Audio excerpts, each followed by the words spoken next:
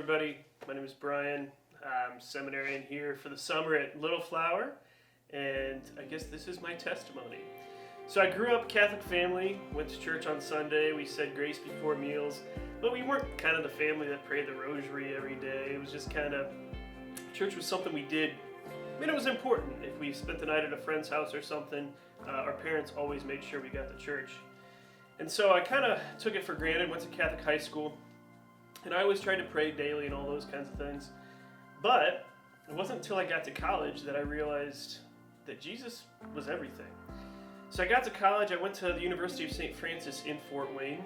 And the only reason I went there is because they offered me a baseball scholarship, and I thought to myself, I'm going to go to college for a really good price and get to play baseball. This is going to be awesome. So I go to St. Francis, I'm playing baseball, and my second year, I was in Florida. And you would think 20-some years old, in Florida, playing baseball, I literally had everything I had ever wanted. This was kind of a dream come true, so to speak. And while I was there that week, I recognized I was actually totally miserable. It was not the most virtuous team, shall we say. And so I was really struggling with some interpersonal things with some of my teammates. And that week I had absolutely played terrible. And I remember thinking, is this all there is? Is this all there is to life?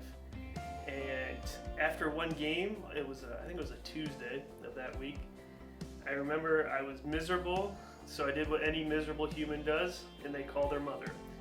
And so I remember calling my mom and just crying. Yes, I cried. And I remember crying and just saying, Mom, I have everything, and I'm miserable. And so after that moment, I stopped playing baseball at the university, and I started thinking to myself, what is my life all about? What's the purpose of my life? And at that point in time, I had a friend of mine, she was helping out with a youth group at one of the local parishes, and she asked, they needed help, they needed men to help. And I was like, well, I got more time now. And so I decided to help out there. And slowly by slowly, it became real that Jesus is real.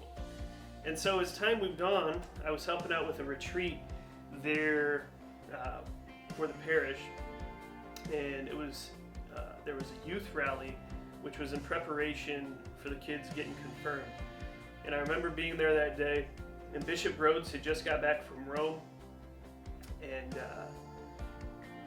when he got back from Rome, he was there for the canonization of St. Andre Bessette. And he was telling us all the story of St. Andre Bessette, and I was really moved by it. And then after Mass that day, Franciscan priest came out, and the Franciscan priest told us all to look down at our hands, all the men in the crowd to look down at their hands. And so here I was looking down at my hands. It was kind of like that Spider-Man moment in which you look down at your hands and you're like, these things can do crazy things. And so I looked down at my hands. He says, gentlemen, I want you to look at your hands and realize that those hands are the hands that can bring heaven to earth in the Eucharist. Those hands are the hands that can forgive sins. And immediately I started weeping.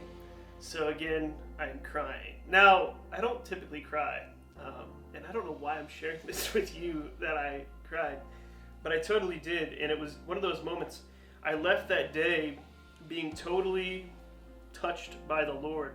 And I remember the next day after this whole experience, I remember calling my dad.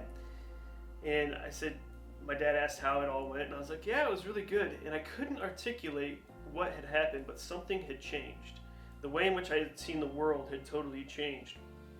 And as time has gone on, that day still sticks out to me, is really a day in which the Lord I personally encountered, yes, and two, also that he called me to priesthood. So that's always a day I kind of go back to.